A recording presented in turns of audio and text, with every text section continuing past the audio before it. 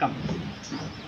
வீரசேனன் அப்படின்னு சொல்லிட்டு ஒரு அரசன் ஒருத்தர் என்ன பண்ணுவார், ஒரு தடவை அரண்மனையில் தன்னுடைய தோட்டத்தில் அப்படியே நடந்துகிட்ருப்பார். அப்போ ஒரு பூவோட நல்ல வாசம், இவ்வளோ அழகான வாசம் வருது, இவ்வளோ நல்ல வாசம் வருதுன்னு சொல்லிட்டு அந்த பூவை போய் நுகர்ந்து பார்ப்பார். நுகர்ந்து பார்த்தா ஏற்கனவே அந்த பூவுக்குள்ளே வந்து ஒரு நாகம் தன் விஷத்தை கக்கி வச்சுருக்கும்.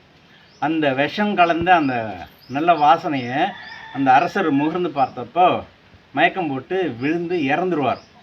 இறந்த உடனே அரசவை ஃபுல்லாக, அரண்மனை ஃபுல்லாக ஒரே அழுகையும் அங்கலாய்ப்புமாக இருக்கும். அந்த நேரம் பார்த்து திருமூலர் வந்து அந்த பக்கமாக வந்துக்கிட்டு இருப்பார். சூக்கும உடலோடு வந்துகிட்டு இருப்பார். சூக்குமமாக பார்க்கும்போது இந்த அரண்மனைக்குள்ளே இவ்வளோ அழுகை சத்தம் கேட்குதே, என்னன்னு பார்க்கலான்னு சொல்லிட்டு அவர் உள்ளே வந்து பார்க்குறார். பார்த்தாக்கா அரசன் இறந்து கிடக்கிறார். அரசி வந்து அழுது புலம்பிகிட்டு இருக்கிறாங்க. அவருடைய அழுகை குரல் வந்து விண்ணுலகை வரைக்கும் எட்டும் போல் இருக்குது. அவ்வளோ ஒரு அழுகை, அவ்வளோ ஒரு சோகம்.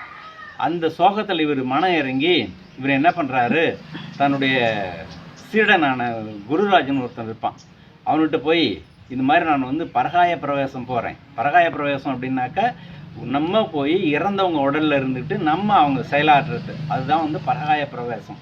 நான் இது மாதிரி போக போகிறேன், நான் திரும்பி வர வரையில் என்னுடைய உடம்பை வந்து நீ பத்திரமா பார்த்துக்கிறியா அப்படின்னு கேட்கும்பொழுது அந்த சீடன் வந்து போய் வாங்க குருவை, நான் பார்த்துக்கிறேன் அப்படின்னு சொல்லி சொல்லுவான். இவரும் அங்கேருந்து வந்து அப்படியே இந்த இறந்து போன அரசனுடைய உடம்புக்குள்ளே வந்துடுவார் திருமூலர். இப்போ அரசன் உயிர் பெற்று எழுந்துருவார். எல்லாருக்கும் ஒரே ஆச்சரியம், என்ன இறந்து போன அரசர் உயிராக வந்துட்டார் அப்படின்ட்டு. உடனே அரசவையோட அந்த வைத்தியரை கூப்பிட்டு, நீ இறந்துட்டதா சொன்னேன், ஆனால் இப்போ அரசன் உயிரோடு இருக்கிறாரே அப்படின்னு கேட்கும்பொழுது, நான் பார்த்தது உண்மை, அவர் இறந்தது உண்மை, ஆனால் இப்போ ஏன் உயிரோடு இருக்கிறார் எப்படின்னு எனக்கு தெரியாது அப்படின்னு சொல்லி அவர் சொல்கிறார். அப்போ அரசனே பேச ஆரம்பிக்கிறார். ஆமாம், நான் இறந்தது உண்மை தான். இந்த மாதிரி நந்தவனத்தில் நான் வந்து நடந்துகிட்ருக்கிறப்போ பூவை முகர்ந்து பார்த்தேன், அதில் இருக்கிற அந்த விஷம் வந்து என்னுடைய உடம்புக்குள்ளே போய் நான் இறந்தது உண்மை, ஆனால் இப்போ உயிரோடு இருக்கிறதும் உண்மை அப்படின்னு சொல்லிடுவார். இப்போ எல்லோரும் சரி பரவாயில்ல, அரசன் வந்து உயிரோடு வந்துட்டார் அப்படின்னு சொல்லிட்டு தன்னுடைய இயல்பு வாழ்க்கைக்கு எல்லோரும் போயிடுவாங்க. ஆனால் அரசி மட்டும், இப்போ அரசனும் அரசியும் இருக்கிறாங்கல்ல, அரசனுடைய போக்கில் வந்து ஒரு வித்தியாசத்தை அந்த அரசி பார்க்குறா. அது எப்படியாவது கேட்டுணுமே, மனசுக்குள்ளே அந்த சந்தேகம் இருக்குதே, என்ன பண்ணுறதுன்னு சொல்லிட்டு ஒரு நாள் அரசன்கிட்ட, அரசே கோவப்படாதீங்க, நான் கேட்குறத கொஞ்சம் பொறுமையாக சொல்லுங்கள், நீங்கள் வழக்கமாக இருந்ததுக்கும் இப்போ நீங்கள் இருக்கிறதுக்கும் நிறைய வித்தியாசம் இருக்குதுன்னு சொல்கிறாங்க. ஏன்னா ஏற்கனவே இருந்தது இயல்பான அரசன், இப்போ வந்து திருமூலர் வந்து அதுக்குள்ளே இருக்கிறதுனால இவர் வந்து ஏற்கனவே உலக ஆசாபாசங்களை இழந்தவர் இல்லையா, அதனால் வந்து இவரோட போக்கில் வந்து வித்தியாசம் இருக்கிறத அந்த அரசி கண்டுவிட்டு கேட்குறாங்க. உன்னை இப்போ அவர் சொல்லிடுவார், உண்மையை சொல்லிடுவார், நம்ம மறைக்கிறதுல வந்து அர்த்தம் இல்லைன்னு சொல்லிட்டு, நான் இது மாதிரி திருமூலர், நான் உன்னுடைய சோகத்தை பார்த்து உன்னுடைய சோகத்தை தீர்க்கணும் அப்படிங்கிறதுக்கு தான் நான் வந்து இந்த உடம்புக்குள்ளே வந்தேன் அப்படின்னு சொல்லிடுவார். இப்போ இது வந்து அரச ரகசியம், அரசியாலையும் இதை வெளியில் சொல்ல முடியாது. ஆக இப்படியே சில நாட்கள் போயிட்டுருக்கு.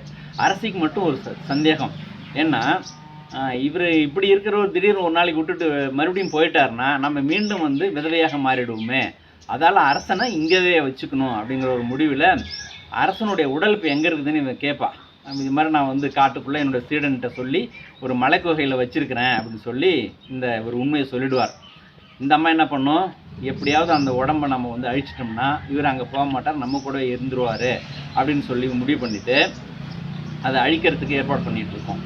அந்த நேரத்தில் பார்த்து இந்த குருராஜன் இவருடைய சீடன் இருக்கிறான் பாரு, ஐயோ போன குருவை காணாமேன்னு சொல்லிட்டு காட்டில் தேடிக்கிட்டு அலைய ஆரம்பிச்சிடுவான். அவன் அந்த மலைக்குகையில் அந்த உடம்பை அப்படியே, அந்த பூத உடலை அப்படியே விட்டுட்டு வந்துடுவான். இந்த நேரத்தில் ராஜா என்ன பண்ணுவார், காட்டுக்கு வேட்டைக்கு போவார். இவர் வேட்டைக்கு போகவும் அவர் அந்த குருராஜன் தேடிட்டு வரவும் ரெண்டு பேரும் ஒரு இடத்துல சந்திக்கிறாங்க. சந்தித்த பிறகு கேட்குறாரு, குருராஜனை நான் என் உடம்பை பாதுகாப்பாக வச்சிருக்க சொல்லிட்டு வந்தேனே, ஆனால் நீ விட்டுட்டு இங்கே வந்துட்டு இப்போ எங்கே இருக்குது, என்ன நடந்தது, அவா போய் பார்க்கலாம் அப்படின்னு சொல்லிட்டு ரெண்டு பேரும் போய் பார்க்குறாங்க. போய் பார்த்தா அங்கே அந்த உடம்பு இல்லை. அரசு என்ன பண்ணுவா, மலைவாசிகளை வச்சு அந்த உடம்பை எரித்து சாம்பலாக்கிடுவாங்க. இப்போ அரசனுக்கு வந்து நம்ம என்ன நடந்திருக்குதுன்னு யூகிக்க முடிஞ்சுது. சரி, இனிமேல் நம்ம திரும்பி நாட்டுக்கு போகக்கூடாது, ஏன்னா இப்போ இவ்வளோலாம் நடந்து முடிஞ்ச பிறகு நம்ம நாட்டுக்கு போகிறதுல அர்த்தம் இல்லை, நம்ம வந்து நம்ம காட்டிலே இருந்து தவம் பண்ண வேண்டியதான்னு சொல்லிட்டு அந்த காட்டுக்குள்ளே அலைஞ்சிட்ருக்கிறார். அப்படி இருக்கக்குள்ள சதுரகிரி மலையில் வந்து சம்புகேஸ்வரர் அப்படின்னு சொல்லிட்டு ஒரு அந்தனர், அவர் வந்து கும்பக நிலையில் கும்பக பயிற்சி பண்ணுவாங்கள்ல, அந்த கும்பக நிலையில் அப்படியே மூச்சு அடக்கின அப்படியே இறந்துடுவார். இவர் அப்போ தான் அந்த இடத்த போய் பார்க்குறாரு. பார்த்தா அவன் இப்போ தான் இறந்துருக்கான், உடம்புலாம் சூடு இருக்குது அப்படிங்கிறத இந்த திருமூலர் தெரிஞ்சுக்கிறார். உடனே என்ன பண்ணுவார், நம்ம வந்து அரசனாக இனிமேல் நாட்டுக்கு போகக்கூடாதுன்னு சொல்லிட்டு தான் மறுபடியும் அரச உடம்புல இருந்து இந்த சம்புகேஸ்வரன் உடலுக்கு மாறிக்கிறார். மாறிட்டு பார்த்தாக்க அரசனுடைய பூத உடல் அப்படியே சடலமாக கிடக்குது.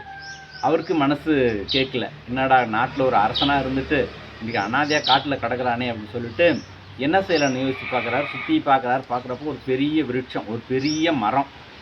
அந்த மரத்தினுடைய கிளைகள் சந்தில் வந்து ஒரு பெரிய பொந்து. இவர் என்ன பண்ணுறாரு, இந்த உடம்பு தூக்கிட்டு போய் அந்த பொந்துக்குள்ளே வச்சுட்டு இலைகளால் அதை மூடி தன்னுடைய சக்தியால் வந்து ஞான சக்தியால் அந்த மரத்தை சுத்தமாக மூடிறார். மூடி அவன் இருந்ததுக்கே அடையாளம் தெரியாமல் க்ளீனாக மூடிட்டு அந்த அரச மரத்தை பார்த்து, அரசனை நீ இன்று முதல் தாங்கி இருக்கிறதுனால அரச மரம் என்று போற்றப்படுவாய் அப்படின்னு சொல்லி வாழ்த்திட்டு சதுரகிரி மலையில் போய் தவம் இருக்கிறதாக செய்தி. இந்த செய்தியை உங்களோடு பகிர்ந்து கொள்வதற்கு வாய்ப்பு கொடுத்த உங்கள் அனைவருக்கும் அன்பான வாழ்த்துக்களும் நன்றிகளும்.